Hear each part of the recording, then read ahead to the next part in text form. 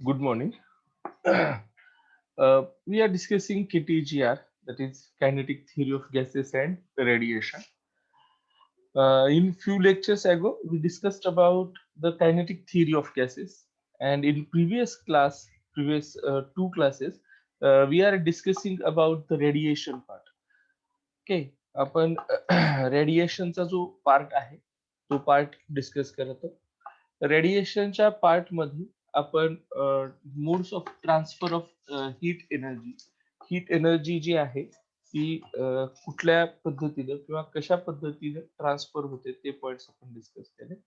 Transfer of heat energy, transfer of heat energy, in which we considered three ways. First was conduction, then second was convection, and the third one is radiation. And we are discussing radiations in detail, in which in this radiation part, we know this the radiations are nothing but the EM waves. ह्या हे जे radiations आहेत ह्या electromagnetic waves आहेत. हे radiations काय आहेत? Electromagnetic waves आहेत. ह्या इलेक्ट्रोमॅग्नेटिक वेव्स ज्या आहेत ते हीट कॅरी करतात आणि हे हीट कॅरी करत असताना म्हणजे हीट कॅरी करतात, मग म्हणून आपण त्यांना रेडिएशन असं म्हणतो. दे डोंट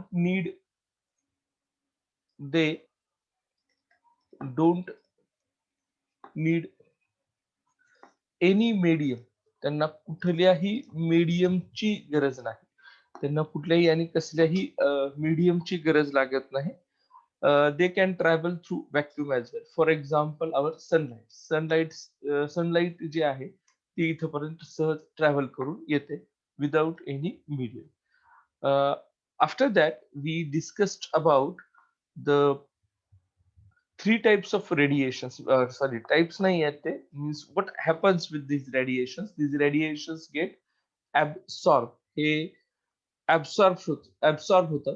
सर आपण ह्याच्याशी रिलेटेड बघितलं ते रेडिएशन्स रिफ्लेक्ट होतात. त्याचबरोबर रेडिएशन्स काय होतात? रेडिएशन्स ट्रान्समिट होतात. हे पॉइंट्स जे आहेत हे पॉइंट्स आपण डिस्कस केले आणि ऍब्सॉर्ब, रिफ्लेक्ट आणि ट्रान्समिट ह्या तीन साठीचे आपण काही कंडिशन्स बघितले. तर त्याच्यासाठी आपण कोइफिशियंट्स पण डिस्कस केले. Coefficients according to this value, coefficient of absorption, next one was reflection and transmission. हे तीन कोइफिशियंट्स आहेत. This is a, this is small r, and this is t. And we also discussed for them this small a. This small a is equal to, we can put it here as a is equal to qa divided by q. This small r is equal to qr divided by q, and small t is equal to qt divided by q. Now here what is q? Q is the total energy. Q जी आहे ती total energy आहे. ही काय आहे? Amount of radiant energy. Absorb, जी energy absorb होते त्याच्याबद्दलचा ती क्वांटिटी आहे. क्यू आर जी असेल, the amount of energy reflected, and जो क्यू टी आहे तो काय असेल? Amount of energy transmitted. अशा पद्धतीने आपण हे सांगू शकतो हे points.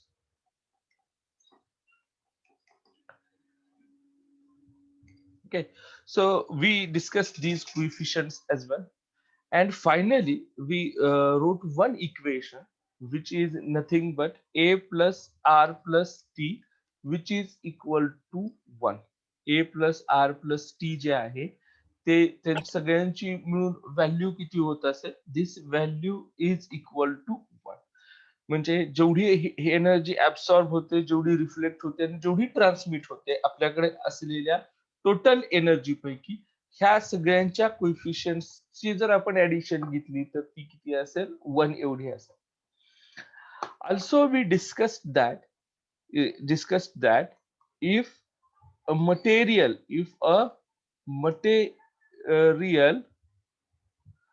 is very good reflector, material जर व्हेरी गुड रिफ्लेक्टर असेल, then it is bad conductor. That is म्हणजे आता हा बॅड कंडक्टर म्हणजे हा ट्रान्समिट करणार नाही असं मला सांगायचं होतं. Okay, it is a bad absorber and transmitter. तो ट्रान्समिट जो करतो एनर्जी ती सुद्धा खूप कमी असेल, म्हणजे it is a bad transmitter as well as a bad absorber, but it is a very good reflector. We have discussed about these points. Atherminous and diatherminous bodies we have discussed, through which heat energy can transfer or not. Transmit होते नाही, अथर्मनस मधून ती transmit होत नाही. अशा पद्धतीच्या मटेरियल्सला आपण अथर्मनस आणि डायथर्मनस मटेरियल असं सांगितलं होतं. नेक्स्टली आता आपण हे जे पॉइंट्स डिस्कस केले ह्याच्यावरती पण क्वेश्चन्स तुम्हाला विचारले जाऊ शकतात. ते क्वेश्चन्स किती एनर्जी ट्रान्समिट झाली, किती एनर्जी ऍब्सॉर्ब झालेली आहे, किती एनर्जी रिफ्लेक्ट झाली आहे, ह्याच्यावरती क्वेश्चन्स असतात. पण हे सगळ्या व्हॅल्यूज आपल्या ज्या आहेत त्या फ्रॅक्शन मध्ये येणार. Okay, now we will discuss new point here, which is perfect black body. Now we are going to discuss about what is mean by a perfectly black body किंवा perfect black body म्हणजे काय आहे. आताच तुम्हाला सांगितलं की जे काही ऑब्जेक्ट्स असतील ते जर एखादी ठिकाणी ऍब्सॉर्ब करत असेल तर रिफ्लेक्शन कमी करतात, ट्रान्समिशन कमी करतात. जर ते गुड ट्रान्समिटर असतील तर ऍब्सॉर्बर वीक म्हणजे बॅड ऍब्सॉर्बर असतील, त्याचबरोबर बॅड रिफ्लेक्टर सुद्धा असणार. पण एखादी बॉडी जी आहे, आता आपण गुड ऍब्सॉर्बर बद्दल बघूया, which are called as good absorber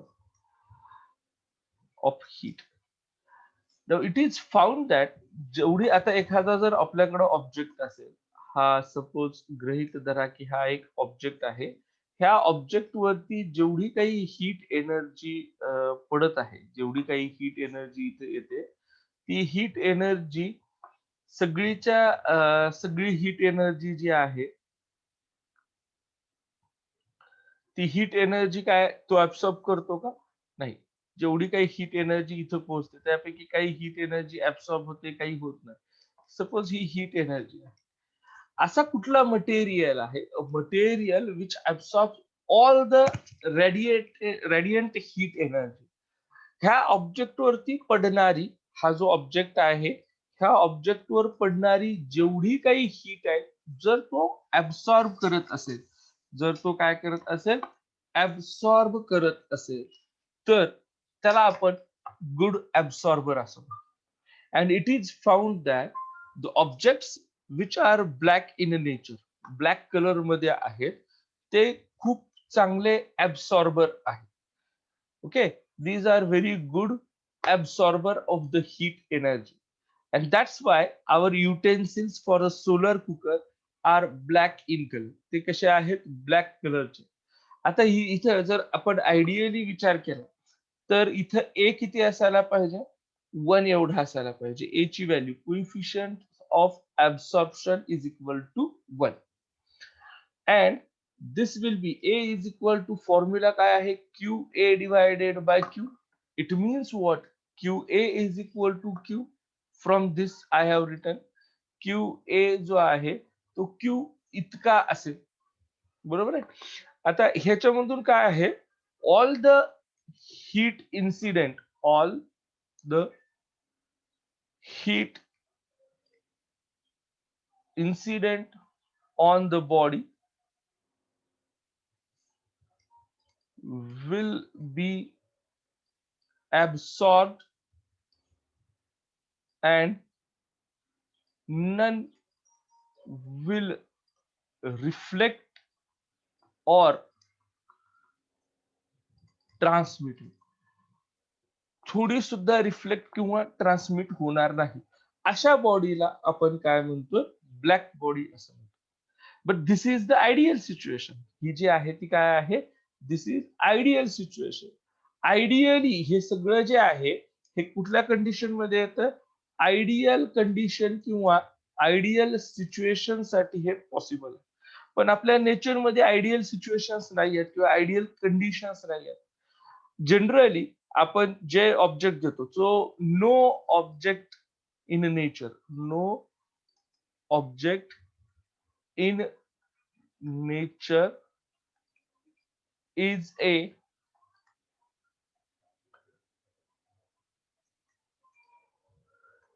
a perfectly black body. Now what is mean by black body? A body or object which absorbs all the incident heat on it. जेवढी काही सगळी heat त्या object वरती पडणार आहे, त्या ऑब्जेक्टला, त्या ऑब्जेक्टची जी हीट आहे ती हीट सगळीच्या सगळी तो काय करतोय, ऍब्सॉर्ब करून घेतोय. थोडी सुद्धा रिफ्लेक्ट करत नाही किंवा थोडी सुद्धा तो ट्रान्समिट करत नाही. अशा बॉडीला आपण काय नाव दिलं, परफेक्टली ब्लॅक बॉडी असं. आता नेचर मध्ये अशा कुठल्या बॉडीज आहेत का ज्या परफेक्ट ब्लॅक बॉडी आहेत? तर आन्सर आहे no. There is no such a body which we can call as a perfect black body. ज्याला आपण परफेक्ट ब्लॅक बॉडी म्हणू शकतो, अशी कुठलीही ब्लॅक ऑब्जेक्ट, असा कुठलाही ऑब्जेक्ट नेचर मध्ये एक्झिस्ट करत नाही. There is no such an object, तिथं असा कुठलाही ऑब्जेक्ट नाही आहे जो नेचर मध्ये सगळी ऑब्जेक्ट जे आहे ते आपण ऍब्सॉर्ब करून टाकतो. Now for our consideration, for our practically, जो आपण म्हणतो practically,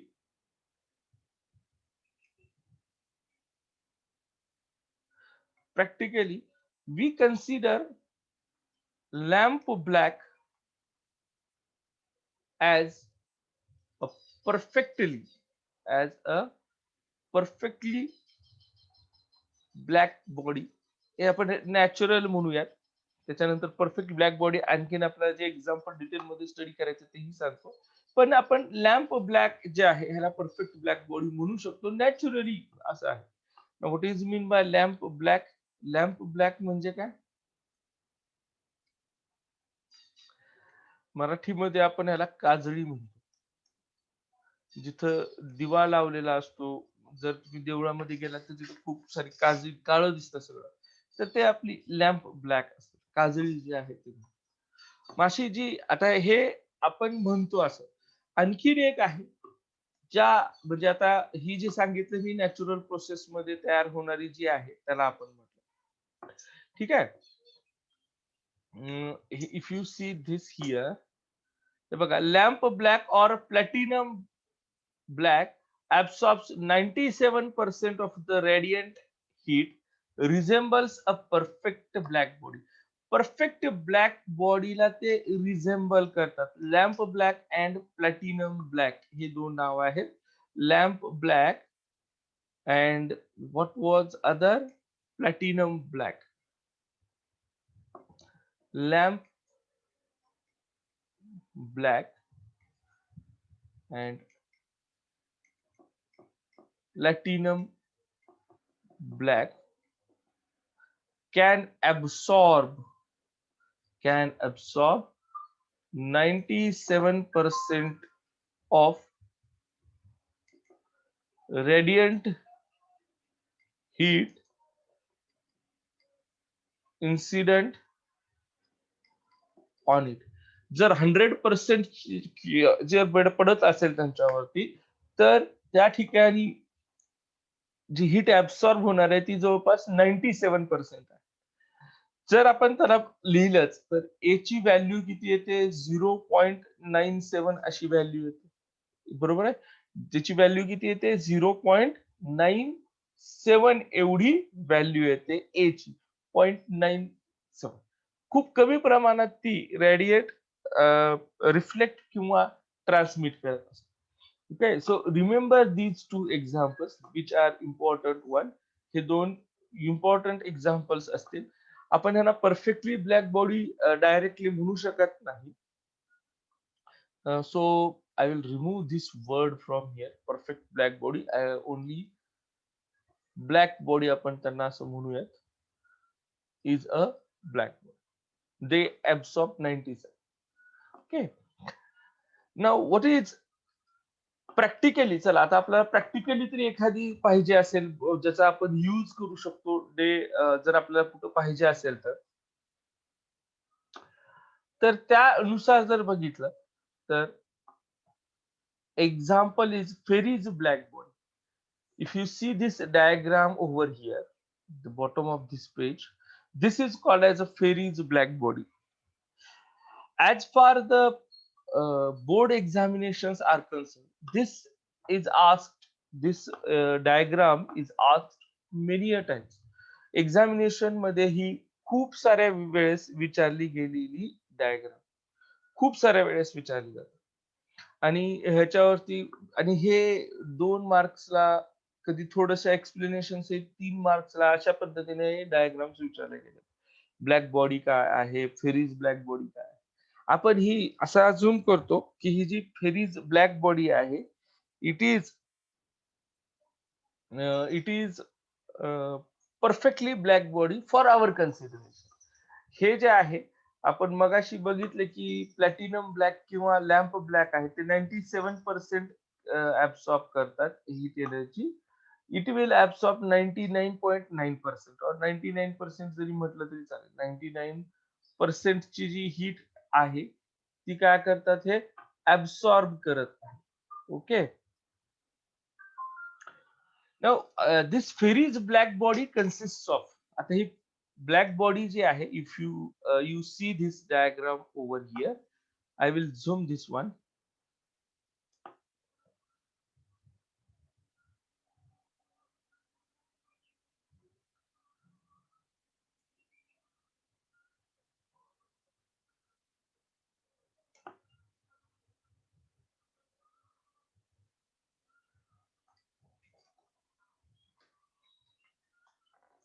Okay, this is Ferri's black body. ही जी आहे ती Ferri's black body आहे.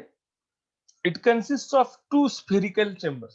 इथं जे आहे ते 2 spherical chambers आहेत आणि हे जे spherical chambers आहेत ह्या इथं मधला जो गॅप आहे ह्या ह्या दोघांच्या मध्ये जो काही गॅप आहे इथं जो व्हाईट कलर मध्ये हा हा गॅप आहे इनफॅक्ट हा जो आहे तो ती एक व्हॅक्यूम आहे तिथं इव्हॅक्युएशन केलेलं आहे एअर जे आहे ती नाही म्हणजे जे एअर मुळे हीट कदाचित कन्व्हेक्शनच्या मोड मधून ट्रॅव्हल झाली असती तो पॉइंट इथं काय केला ती जी हीट आहे ती काय होते इव्हॅक्युएट करून टाकल्यामुळं एअर इव्हॅक्युएट केल्यामुळं ती हीट बाहेर जाण्याचा प्रश्न येत नाही. ती जी आहे ती. ठीक आहे. म्हणजे हा चेंबर जो आहे तो इव्हॅक्युएट करून ठेवलेला आहे. ज्याच्या थ्रू हीट एनर्जी बाहेर पडू शकत नाही. आयडियली आपण जर विचार केला तर प्रॅक्टिकली ती बाहेर पडते बिकॉज ऑफ सम और few errors. Okay. So this darkened space over here greenish colour मध्ये तर त्या ठिकाणी काय आहे evacuated space no air is present there.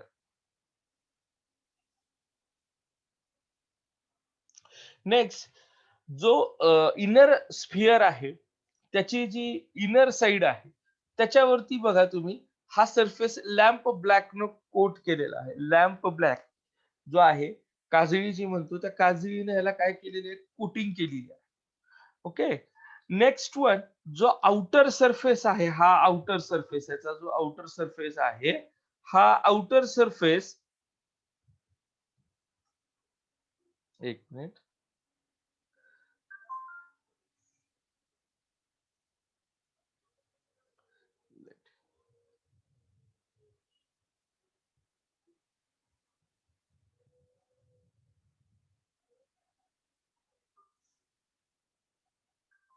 जो ह्या डायग्राम मध्ये मी रेड कलर मध्ये दाखवलाय, हा जो आहे हा सिल्वर कोटिंग केलेला आहे.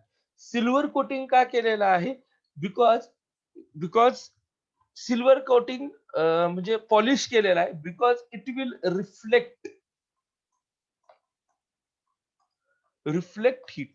जर खूप चांगल्या पद्धतीनं पॉलिश केलेला जर सरफेस असेल, it will be act as a good reflector. तो गुड रिफ्लेक्टर म्हणून ऍक्ट व्हायला सुरुवात होते.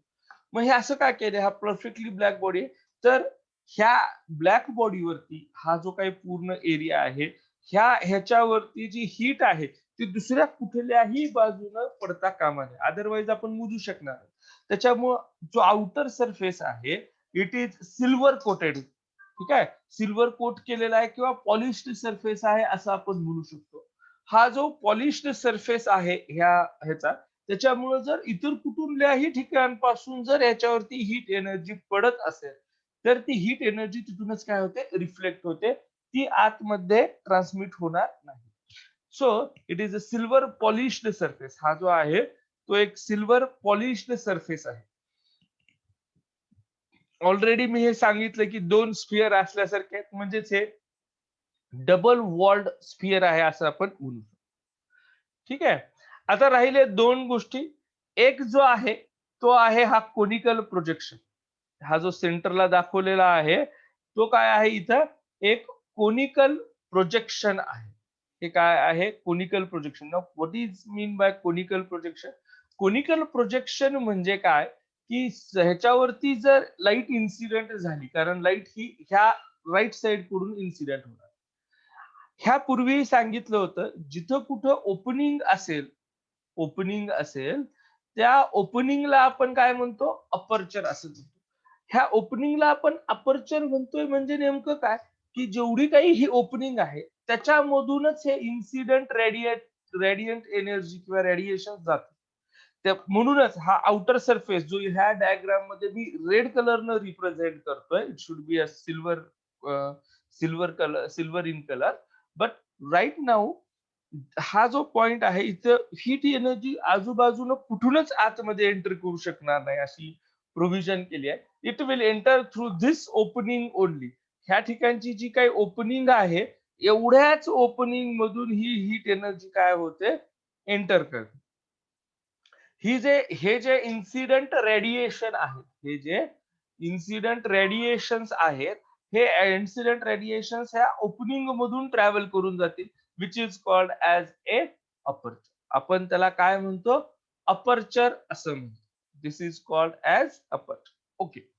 Now I have explain all this points. ह्या ठिकाणचे सगळे पॉइंट्स मी एक्सप्लेन केलेत. हे सगळे डायग्राम आणि हे मग त्याच्यामध्ये बघा की डबल वॉल्ड स्पियर म्हणूया ब्लॅक बॉडी जी आहे ती. नेक्स्टली जो गॅप आहे दोन वॉल मधला, तो इव्हॅक्युएट स्पेस केलाय. No air is there. Then the outer surface is silver polished because it must reflect the heat energy incident from any other side than that of aperture. The inner surface of the sphere, the innermost surface of the sphere is coated with lamp black because lamp black can absorb 97% of heat incident on itself. ज्याच्यावरती पडलेली जर 97% ची जी heat आहे ती काय करतो? तो absorb करतो.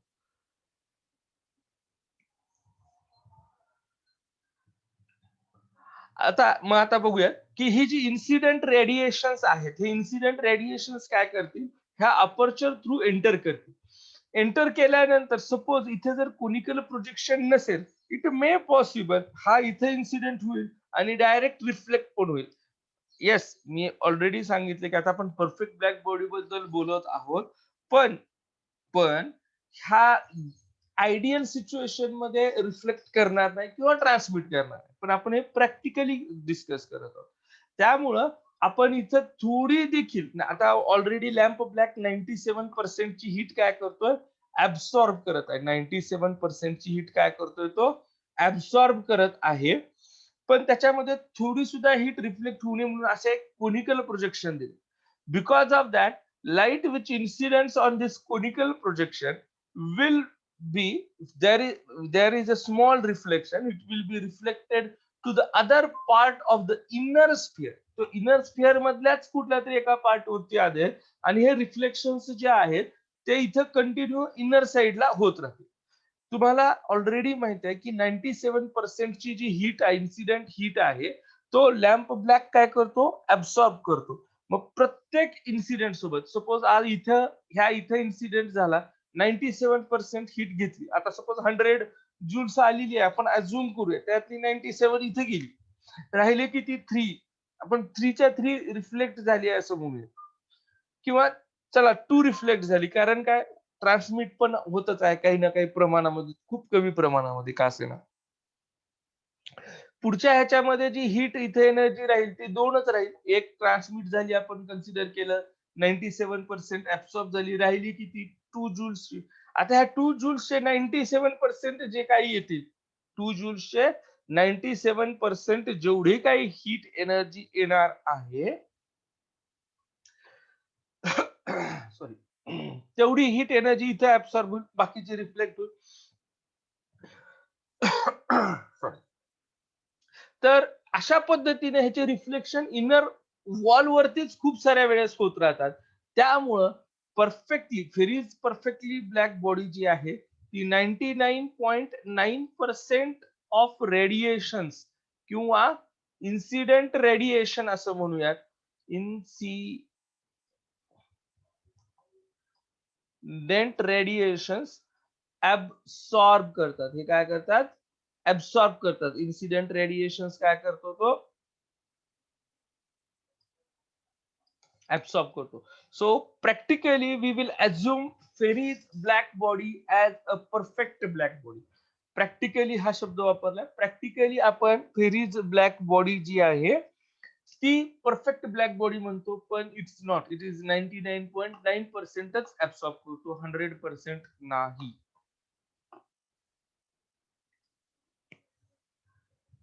एक second. Okay, so this is all about Fery's black body.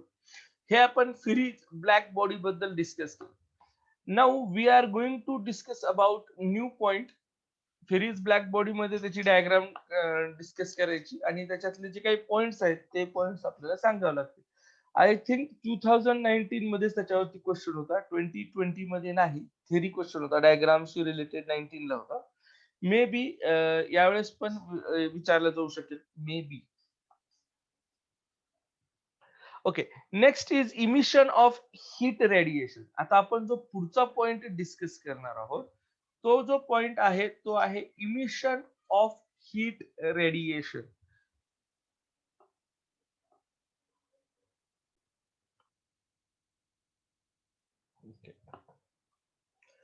Emission of heat radiation. आपण हीट रेडिएशनचे जे इमिशन आहे त्याच्याबद्दल डिस्कस करू.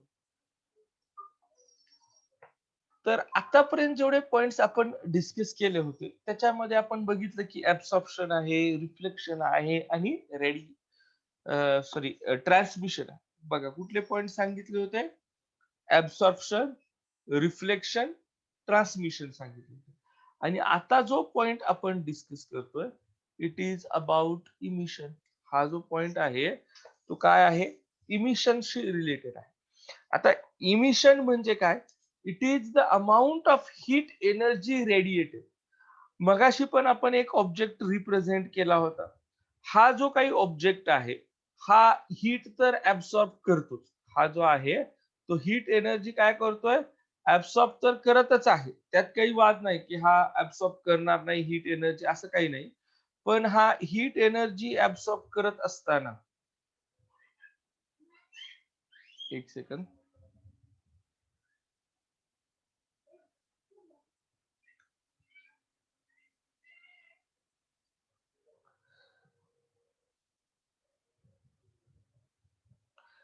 ही जेवढी काही हीट एनर्जी आहे ह्या ठिकाणी, ही हीट एनर्जी ह्या ऑब्जेक्ट वरती पडते.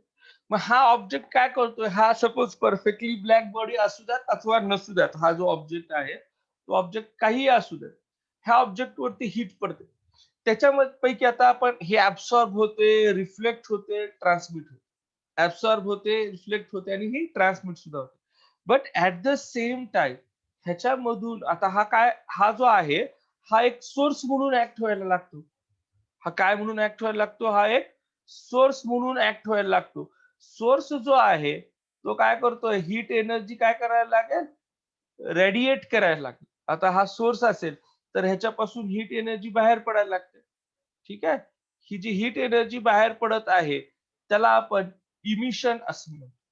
ठीक आहे. ही काय आहे, emitted heat energy. This one is emitted heat energy. He emit केलेली हीट एनर्जी आहे. So object will absorb, object जो आहे तो हीट एनर्जी ऍब्सॉर्ब करेल. ऍब्सॉर्ब करून तो आता सोर्स म्हणून ऍक्ट व्हायला सुरुवात करेल. हा जो सोर्स म्हणून ऍक्ट होतोय, ही जी हीट एनर्जी सोर्स म्हणून ऍक्ट होते, त्यानंतर तो रेडिएट करायला लागतो आणि त्यालाच आपण इमिशन ऑफ हीट एनर्जी असं म्हणतो. That is called as emission of heat energy. That is emission of heat energy. ती हीट एनर्जीचं इमिशन असणार आहे. So I think you understood the amount of heat incident here. This is Q. The amount of heat absorbed is QA, and this will be radiated heat किंवा emitted heat आहे. ही radiate झालेली आहे.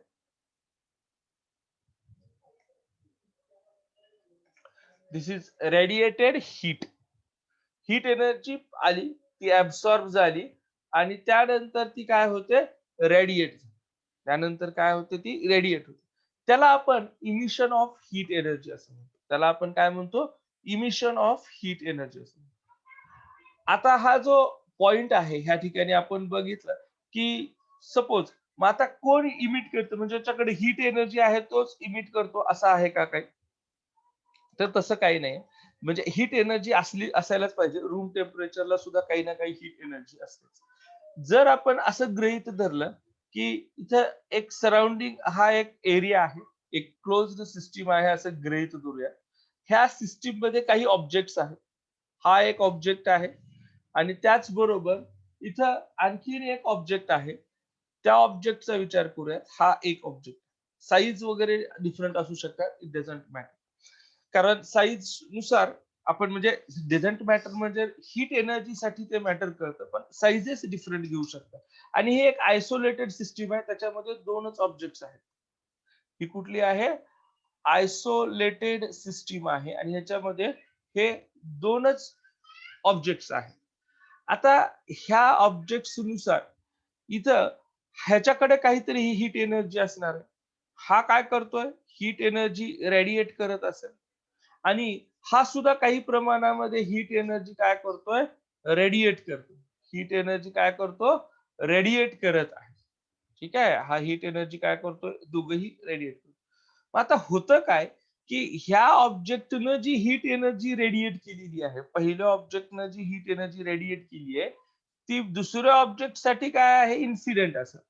आणि दुसऱ्या ऑब्जेक्टनं जी heat energy radiate केली आहे ती पहिल्या ऑब्जेक्ट साठी काय असेल, इन्सिडेंट हीट एनर्जी असणार. म्हणजे जर ही सिस्टीम आयसोलेटेड सिस्टीम असेल आणि त्याच्यामध्ये अशा पद्धतीने ठेवल्या असतील तर, किंवा आपण असंही गृहीत धरू शकतो की आता ह्या दोन सिस्टीमच्या बाबतीत आयसोलेटेड सिस्टीम म्हणजे मला काय सांगायचं की याच्यात दोनच ऑब्जेक्ट, बाकी काहीही नाहीये. आणि चला आपण ह्या ऑब्जेक्टला नावही देऊयात. हे ऑब्जेक्ट ए आहे, हा ऑब्जेक्ट बी आहे. हे ऑब्जेक्ट काय करतात, एकमेकांना एनर्जी प्रोव्हाइड. सिमिलरली आपण आणखीन एक एक्झाम्पल घेऊ शकतो, ज्या एक्झाम्पल मध्ये आपण हे सांगूया की हे एक सराउंडिंग आहे आणि ह्या सराउंडिंग मध्ये हा जो काही सराउंडिंग एरिया आहे, ह्या सराउंडिंग मध्ये आपण एक चहाचा कप ठेवलाय, गरम गरम चहा आहे आणि त्या चहाचा काय केला आपण, एक कप इथे ठेवलेला.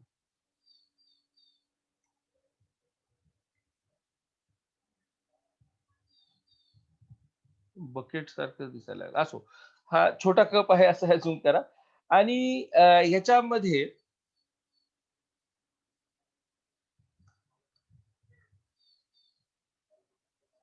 एक मिनिट.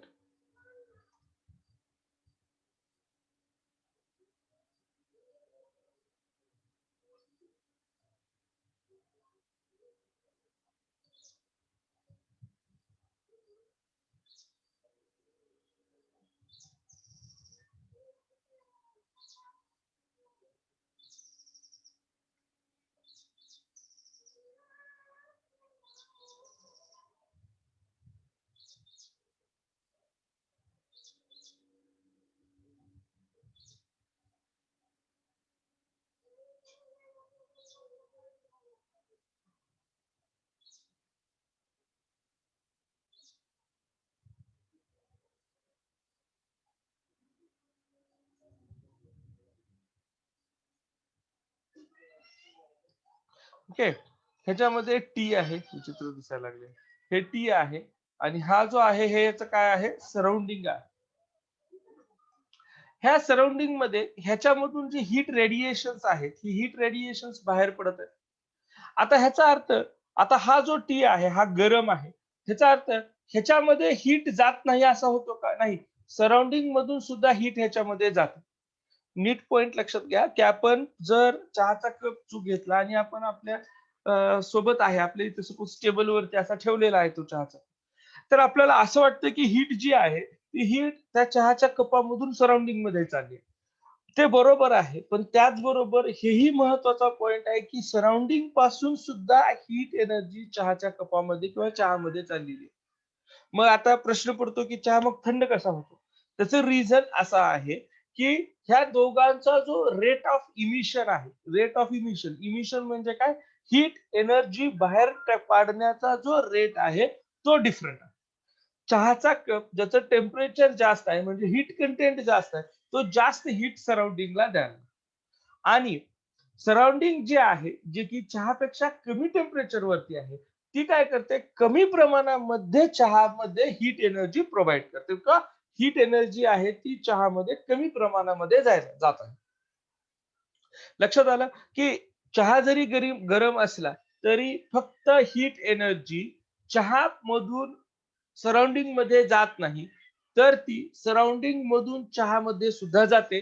दोघांचे रेट जे आहेत म्हणजे हीट ट्रान्सफरचा जो रेट आहे, तो रेट डिफरंट असणार. ओके. एक minute.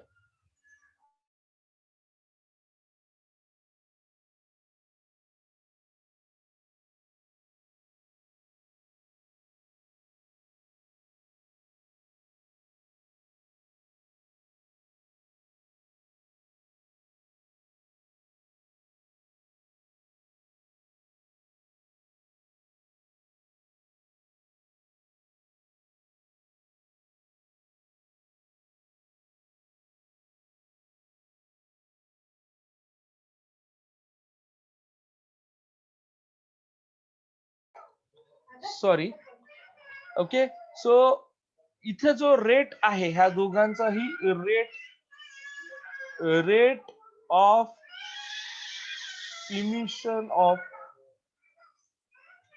heat energy, rate of emission of heat energy is different. हे जे आहेत हे दोन्ही कसे असतील? डिफरंट असणार आहे. हे दोन्ही एनर्जीचे रेट. त्यामुळं ह्या दोघांमधून एक चहामधून हीट एनर्जी बाहेर पडते, त्याचा रेट जास्त आहे आणि सराउंडिंग मधून तो त्या अ, चहामध्ये चाललेली हीट आहे तिचा रेट कमी आहे. त्यामुळं होतंय काय? त्यामुळं होतंय काय? की चहा थंड होतो आणि सराउंडिंगचं टेम्परेचर थोडं इन्क्रीज होतं. पण आता सराउंडिंग हा किती मोठा आहे आपल्यासाठी? पूर्ण अर्थवरचा जो आहे तो सराउंडिंग होतो. त्याच्यामुळं चहाच्या एका गरम कपामुळं, कपातल्या एनर्जीमुळं सराउंडिंग सगळीकडचा जो आहे हीट, त्याची हीट वाढेल का? नाही वाढणार. तर इथे हा पॉइंट लक्षात ठेवा. जर हॉटर ऑब्जेक्ट असेल, तो एखाद्या कोल्ड सराउंडिंग मध्ये ठेवला किंवा एक कोल्ड ऑब्जेक्ट आहे आणि तो हॉट सराउंडिंग मध्ये ठेवला, तर एक सेकंड हा.